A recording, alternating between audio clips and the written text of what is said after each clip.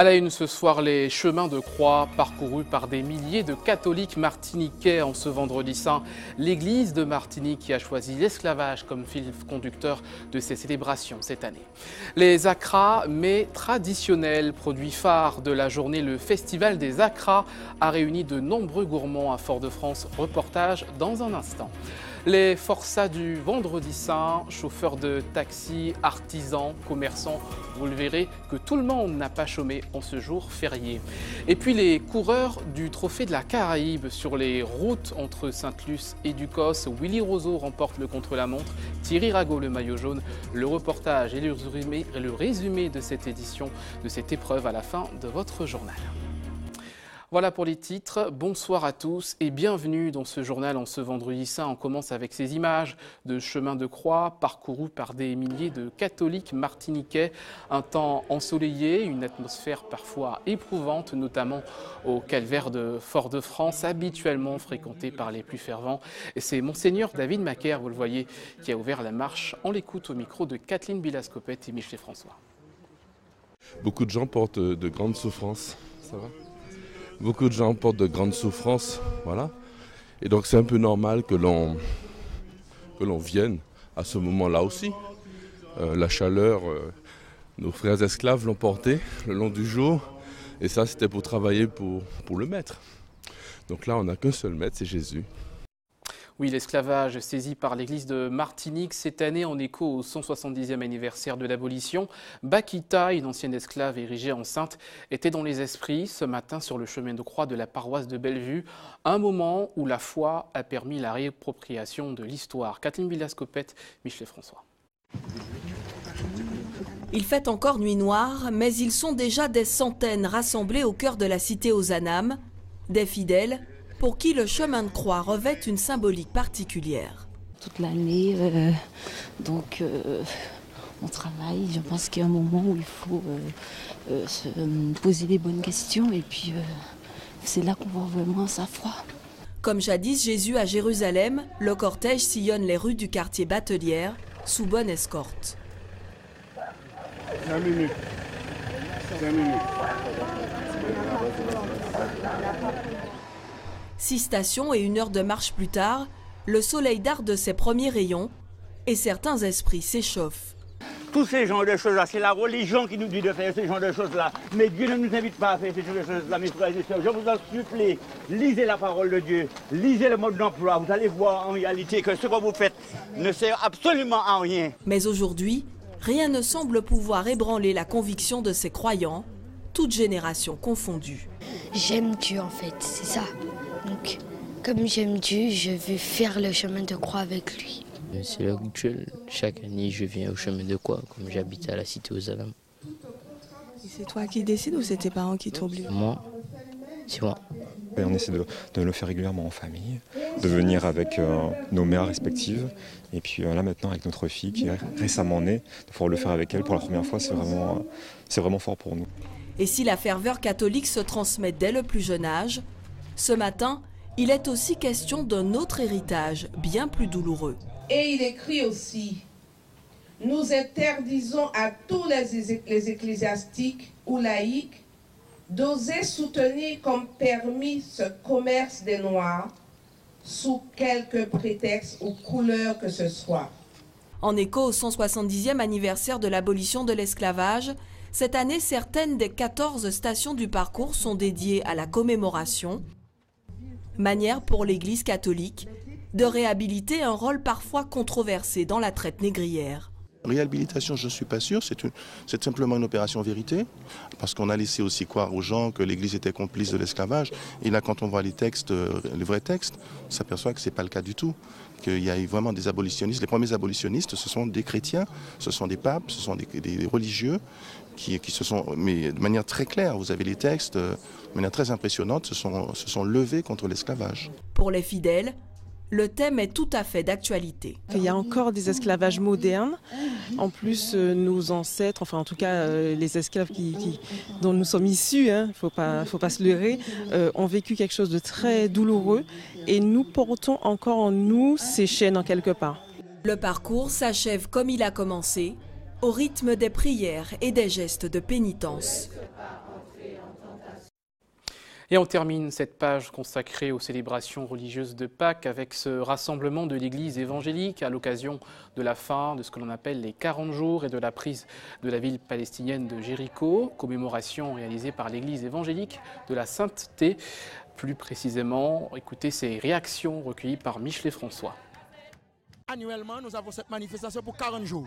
Ça commence depuis le 5 février et aujourd'hui c'est le dernier jour. Donc nous faisons ça aujourd'hui avec les 7 tours de Jéricho. Pour nous, ça représente la victoire. Parce que Jéricho était un barrage face aux enfants d'Israël. Donc puisque Dieu avait un plan de mener les enfants d'Israël dans une terre promise, Jéricho était normalement un obstacle. Donc cet obstacle a été tombé. C'est pour cela que nous célébrons le nom du Seigneur, parce que cet obstacle a été tombé. C'est pour cela qu'on s'appelle ça Jéricho, tombé. On passe aux douceurs culinaires de ce vendredi saint, les acras de tous les goûts. Il y en avait pour tout le monde ce midi à Fort-de-France lors de la 15e édition du Festival des acras. Le reportage de Guy-Raphaël René. Il y en a pour tous les goûts, morue, crevettes, légumes et d'autres saveurs qui sortent de l'ordinaire. Avant un moment, nous connaissons les légumes, et puis acras morue. Et puis, bon, les belles, c'est belle, le canyon, c'est quoi fait. Mais après, on y morue, on y poisson, on y poisson fumé, on y poulet fumé. C'est pas un mauvais bagaille, c'est pas un mauvais bagaille, parce que là, nous avons découvert. J'ai quand même goûté à la crade lambi, que j'ai trouvé c'était vraiment bon. J'ai vraiment pris le goût du lambi. C'est très bien, justement, ça change un peu au traditionnel acra de légumes, de choux, de choux de giromo comme on faisait avant. J'ai pris du titiri comme c'est plus rare, c'est par période alors. J'ai fait des acras de morue chez moi et puis carottes comme ça. J'ai pris du titiri ici. Et on peut faire des acras avec tout ce qu'on veut. Hein. C'est non seulement la tradition, mais aussi c'est un mets que j'aime bien. J'aime bien les acras. Ange est une fervente gardienne de la tradition. Chaque année depuis 15 ans, elle prend plaisir à préparer cette spécialité antillaise.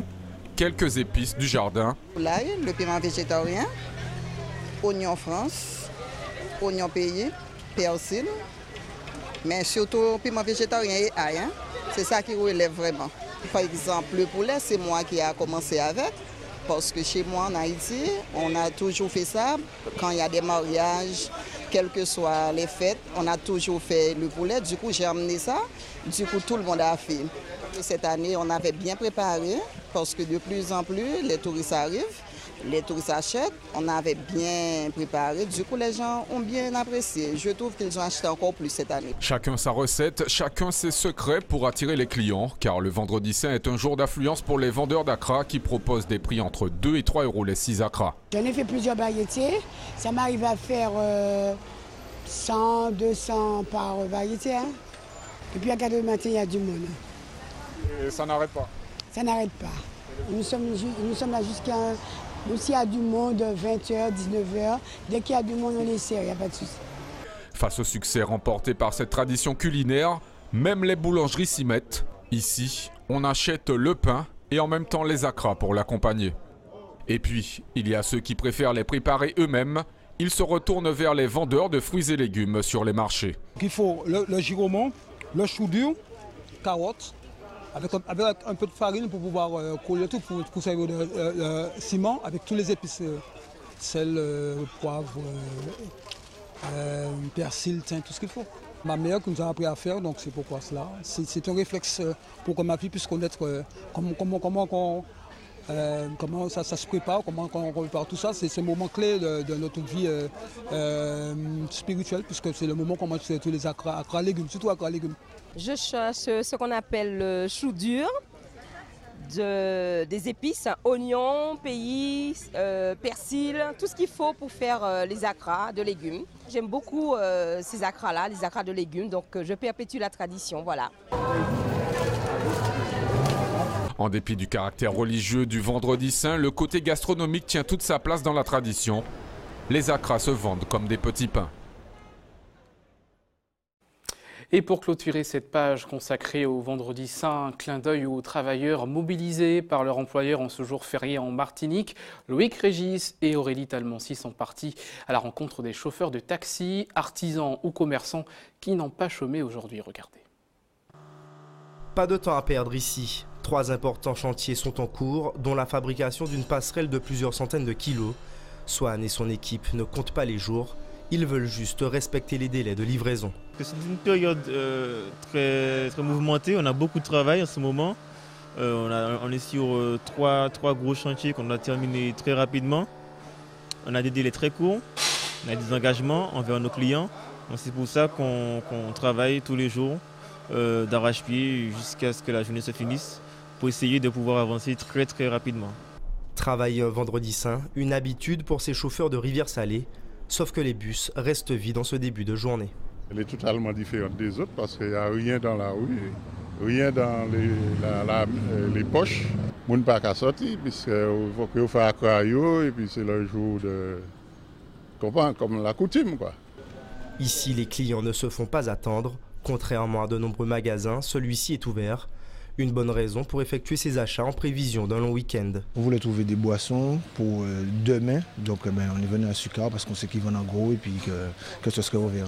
Voilà. Mais que les commerces étaient fermés, donc voilà. La demande est forte, il faut donc la satisfaire, mais il faut également motiver les salariés. C'est des effectifs constants, en fait, on fait tourner en fonction des équipes. Avec des jours de récupération derrière, ils récupèrent en fonction des horaires et des plannings. La plupart du temps, c'est des volontaires, mais ils ont aussi des intéressants. Voilà, ça au cas par cas. Le vendredi saint est un jour férié ordinaire, mais pas forcément chômé. Cette appréciation reste à la charge de l'employeur, en accord avec les salariés. Une pratique répandue en Martinique par respect des coutumes et croyances religieuses. Dans le reste de l'actualité, cet accident mortel hier soir à Rivière-Salée, un cyclomotoriste violemment percuté par un véhicule à l'entrée du bourg vers minuit. La conductrice de la voiture connaissait la victime, elle a été placée en garde à vue ce soir. Pas plus de précision sur cette enquête. Et puis, hier soir, élection de Béatrice Bellet à la tête de la Fédération socialiste de Martinique. 38 voix contre 30, recueillies par Charles-Albert Hélénon, candidat malheureux. Béatrice Bellet sera l'invitée politique de Sabrina Doré dans le journal de mardi prochain. Restez avec nous à suivre dans votre édition l'actualité en Guadeloupe avec la présentation du plan d'urgence pour le centre hospitalier universitaire de Pointe-à-Pitre, un plan présenté par la directrice générale de l'Agence régionale de santé. En Guyane, ambiance au marché aux poissons de Cayenne, pris d'assaut en ce vendredi saint. Et puis en Martinique, votre JT des communes, une exposition photo au Carbet. Carlotta Dongar, une artiste contemporaine.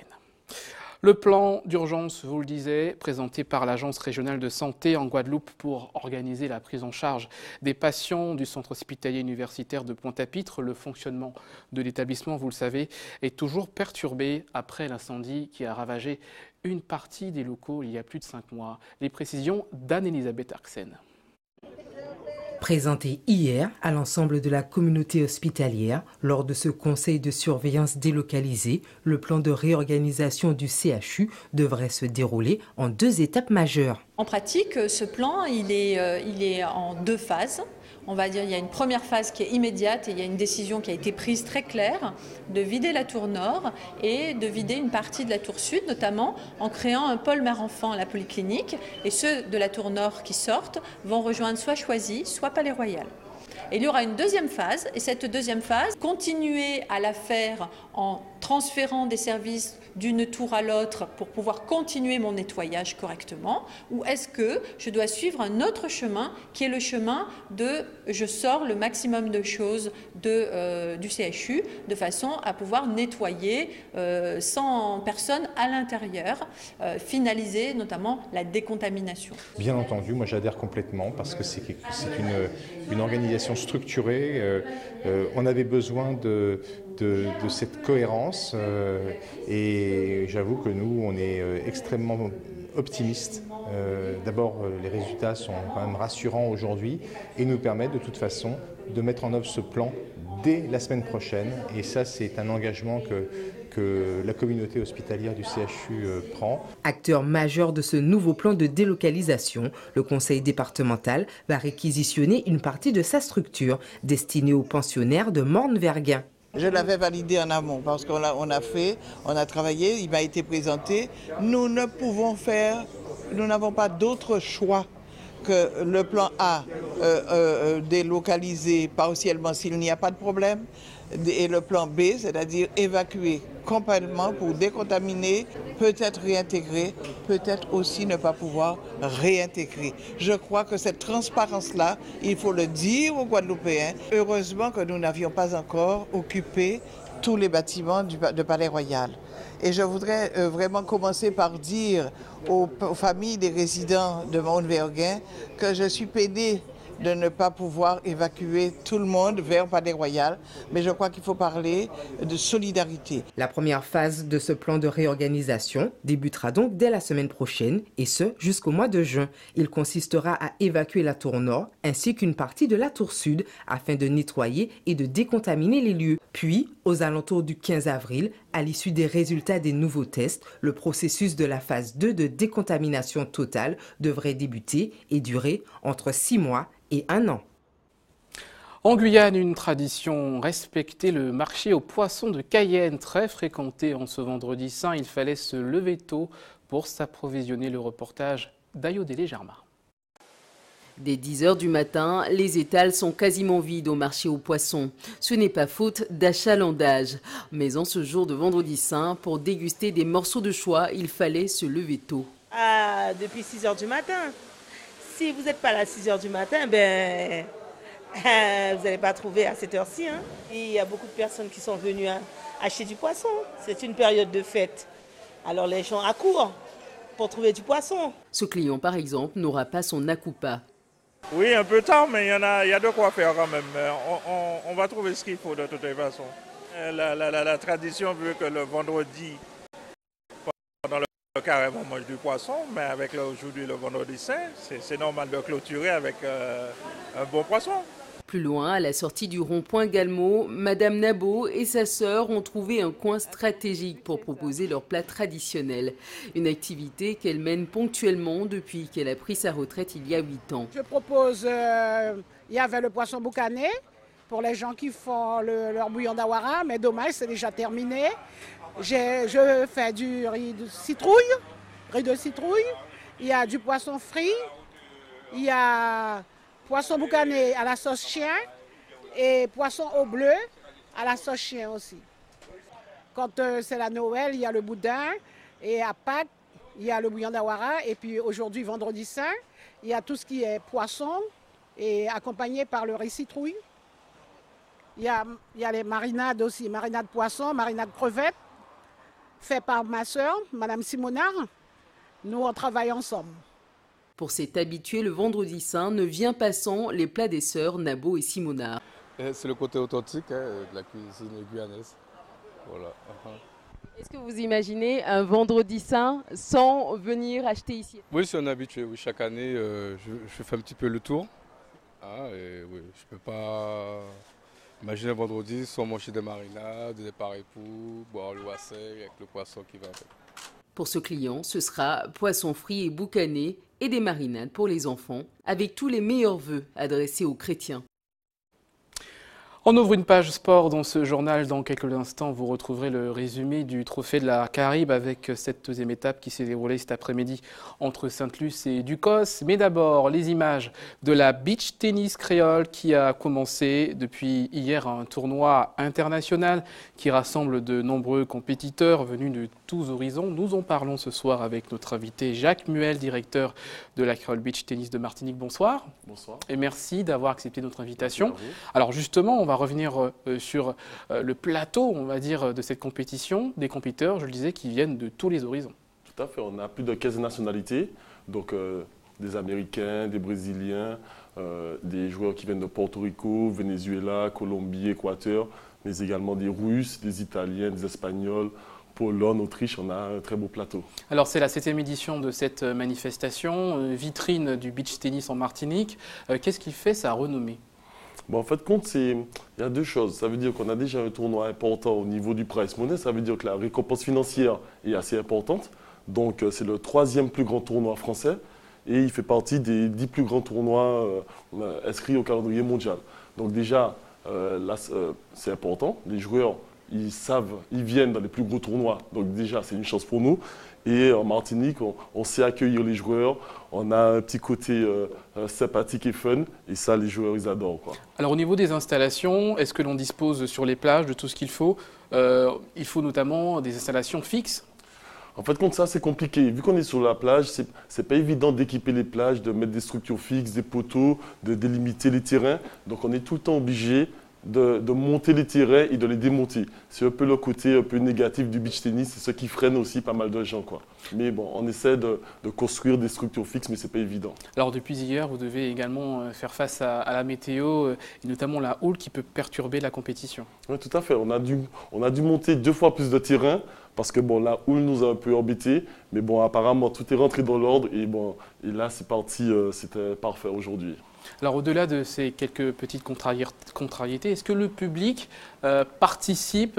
Est-ce qu'il y a des animations autour de cette compétition?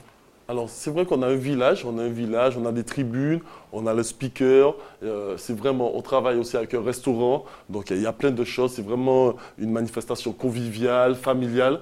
Donc c'est vrai que les Martiniquais, ça fait depuis 8 ans que c'est un sport qui est nouveau. Bon, tout le monde connaît le beach tennis maintenant, donc la première phase est passée, maintenant il faut venir pratiquer, il faut venir essayer. Et c'est vrai qu'ils ont encore un peu de mal, ils préfèrent regarder, ils n'osent pas encore, mais bon, ça va venir petit à petit. Mais c'est vrai.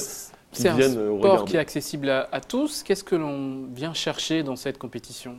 En fait, les gens ils aiment bien parce que c'est un sport qui est accessible, parce qu'il est assez facile. On peut tout de suite jouer, pratiquer, s'amuser. En plus, c'est à la plage, le soleil, aussi bien les hommes que les femmes que les enfants. Donc c'est vraiment accessible à tout le monde et c'est ce qui fait le côté pratique du beach tennis, c'est que tout le monde peut jouer dès le début. Il n'y a pas trop de contraintes techniques, physiques, tout le monde peut jouer et c'est ça qui fait la force du beach tennis. Merci beaucoup d'avoir accepté notre invitation. On rappelle que cette compétition va durer encore tout ce week-end. On poursuit ce journal avec du sport toujours. Je vous le disais il y a quelques instants, cette deuxième étape du trophée de la Caraïbe cet après-midi entre Sainte-Luce et Ducos, 21 km. Un contre-la-montre reporté par Willy Roseau. Le résumé de l'épreuve avec Carré Chassol et José Le Chartier.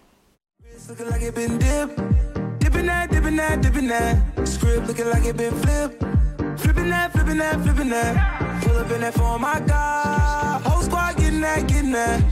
Please say it ain't true. I had to go and cop 2. Hell, now we can't fit in that. Wild ones, like we fresh out the cage. Showtime, baby, fresh off the stage. Bad little mama, fresh off the page. Front like you love, but you know that you hate it. Yeah, you know no better. Yeah, you know no better. Yeah, you know no better. Avec un départ quartier-gros-risé à Sainte-Luce et une arrivée à Ducos, c'est un contre-la-montre sans grosse difficulté que propose cette deuxième étape du trophée de la Caraïbe. Si le Barbatien Jacob Kelly détient pendant quelques minutes le meilleur temps, avec 31 minutes et 29 secondes, celui-ci explose sous les coups de pédale de Michael Laurent. Le sociétaire de l'UCS Martinique Cycle, spécialiste de l'exercice, parcourt les 21 km en 30 minutes et 14 secondes. Très attendu, Willy Roseau ne déçoit pas ses supporters. Le sociétaire du Madina Bikeuse, Gédimat Lagarigue, ne chôme pas.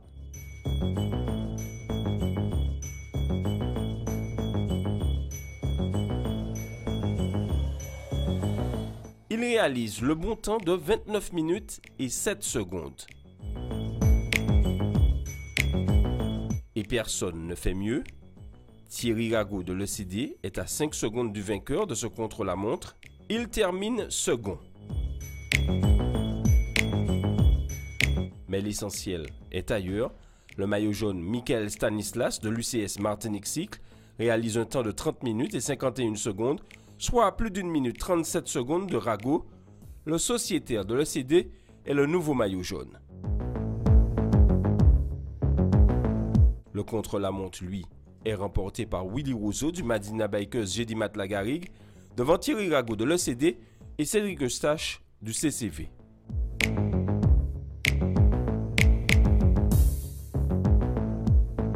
Le classement général change beaucoup, toujours à l'issue de cette étape. Et je pense que voilà, on n'est pas encore à terme de ces changements. Et on compte faire tout, en tout cas au niveau du Madina Biker, de façon à ce que opérer encore de façon à sortir le meilleur résultat qu'on puisse obtenir, en tout cas sur cette épreuve. Je suis content de mon temps. sur la deuxième place, c'est derrière un Willy Ozo, un excellent gars au chrono. Alors ça fait plaisir déjà ce chrono. Après, le maillot jaune, bon, c'est une charge assez lourde. On doit faire avec, je l'ai pris, bon, on va défendre ce qu'il y a à défendre. Ça confirme ma préparation, mais ça me fait plaisir. Bon, ça fait deuxième chrono que je marche, je suis comme sur le podium, donc ça me fait plaisir et me remet un peu en confiance petit à petit. On a un contre-la-montre qui n'est pas facile, qui est long, avec 21 km, mais une première partie qui est assez difficile, avec des virages, des montées, des descentes, et puis après, à partir de Céron, jusqu'à Petit-Bourg, jusqu'à même, oui voilà, Petit-Bourg, on est sur le plat avec vent dans le dos, là on est à fond, on peut mettre le 53-11, mais après ça, à partir de Cocotte, ça recommence à monter, et puis la dernière petite partie aussi, c'est assez difficile. Donc c'est pas étonnant que les temps, ce sont de bons temps quand même, on est en dessous de 30 minutes, hein, donc ce qui fait une excellente moyenne quand même pour les coureurs qui sont en dessous de 30 minutes. Au classement général, Thierry Rago de l'ECD est le nouveau maillot jaune. Il a 43 secondes d'avance sur Hervé Arcade du Madina Bikers Gédimat Lagarigue. Cédric Eustache du CCV complète le podium. Il est à 1 minute 24 secondes du leader. Willy Wozo du Madina Bikers Gédimat Lagarigue est 4e à 1,26 et Michael Stanislas de l'UCS Martinique Cycle est 5e à 1 minute 36 secondes du maillot jaune. Troisième étape du Trophée de la Caraïbe, demain, 14h. Une troisième étape à suivre dans votre journal. Il y aura également du Gommier avec la Côte Caraïbe qui a débuté mercredi et qui va se clôturer ce dimanche. Au menu également du beach tennis et du badminton ou encore du football. L'agenda sport signé Karil Chassol. Autre temps fort du week-end, la Côte Caraïbe des Gommiers. Après les deux premières étapes, jour de repos aujourd'hui, la compétition reprend donc demain avec la troisième étape entre les Anses d'Arlay et Californie au Lamentin. Cette 21e édition se refermera dimanche avec l'étape Californie en Salane. L'Eco Beach Tennis devrait également retenir l'attention ce week-end d'une compétition de beach tennis qui a débuté jeudi au Carbet et qui se refermera dimanche. Nos nageurs ainsi que nos nageuses de natation synchronisée sont à la Jamaïque à l'occasion des Carifta Games. Les athlètes, eux, sont aux Bahamas. En badminton, le 4e Open de la Martinique débute demain au Palais des Sports du Lamentin, une compétition qui se déroulera sur 3 jours. Sport collectif en basket, les finalistes de la Coupe de Martinique sont connus. Si chez les hommes, l'affiche de la finale était déjà connue, elle opposera le Wax au Golden Lion. Chez les femmes, la deuxième demi-finale a eu lieu hier soir. La Gauloise a disposé de l'éclair sur le score sans appel de 71 à 18. Les Trinitéennes seront opposées en finale au Golden Lion. En football, les demi-finales retour du trophée Mutuel Margaillard auront lieu demain. Tout d'abord à 15h30, le club franciscain, défait 3-1 à l'aller, reçoit le RC Rivière-Pilote. Puis à 20h à Saint-Joseph, le Golden Lion, vainqueur 2-1 à l'aller du club colonial, reçoit les clubistes. En football féminin, la 7e et dernière journée du championnat régulier aura lieu demain. À 16h, 2 matchs sont prévus et 1 à 19h. En football toujours, notez en bref qu'un tournoi U13 organisé par l'Aiglon a débuté aujourd'hui. Il se poursuit jusqu'à demain au stade Georges Gratien du Lamentin. Un tournoi qui voit la participation d'équipes de Guadeloupe, de Guyane, d'Haïti et de Sainte-Lucie. En bref toujours, notez que pour la première fois, une compétition de tir sportif de vitesse se déroule depuis ce matin et jusqu'à dimanche sur les sites de Rivière-Pilote et de Balata. Voilà pour le sport, tout de suite votre JT des communes.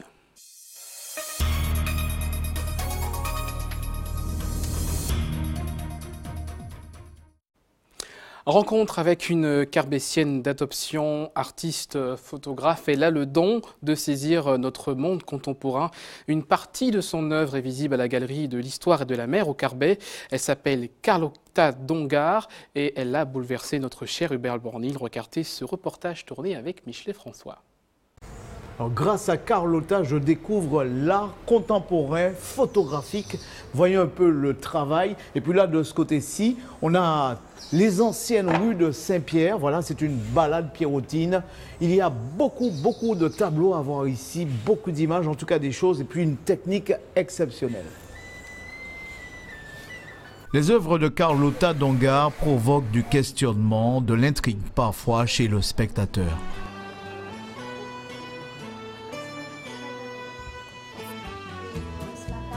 Cette exposition présente une vision très différente des choses qui nous entourent. C'est un peu cela la définition de l'art contemporain. Je suis artiste contemporaine et au lieu de travailler avec des pinceaux, je travaille avec l'appareil photo que je connais très bien au niveau technique puisque je suis issue d'un bac en beaux-arts au Canada, à l'Université d'Ottawa.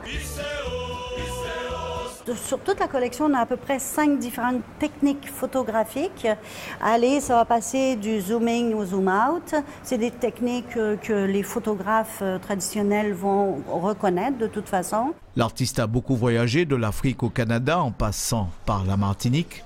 Et partout, elle s'est laissée envoûter par la culture, l'architecture ou les tendances. Chez nous, c'est surtout la ville de Saint-Pierre qui l'a inspirée. Ses ruelles étroites, ses pavés, ses balcons fleuris. Je n'ai cherché que les ruelles. Donc je suis très peu allée en fait sur les 2 grandes rues principales de Saint-Pierre. Côté projet, Carlotta est amenée à prendre la gestion de la galerie. Elle compte en faire un musée d'art contemporain.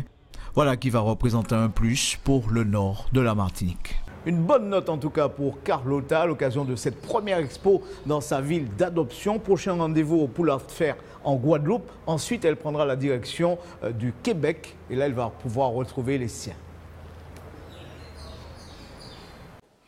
Ce rendez-vous à noter pour ceux qui souhaitent faire un don du sang. Demain, l'équipe de l'EFS sera présente au carrefour donc, de Fort-de-France, au centre commercial Le Rond-Point, entre 8h30 et 13h30, donc avec toute l'équipe de l'établissement français du sang de Martinique. Restez avec nous à suivre dans votre tranche info, votre rendez-vous en Tchèpeya, présenté par Régine Germani.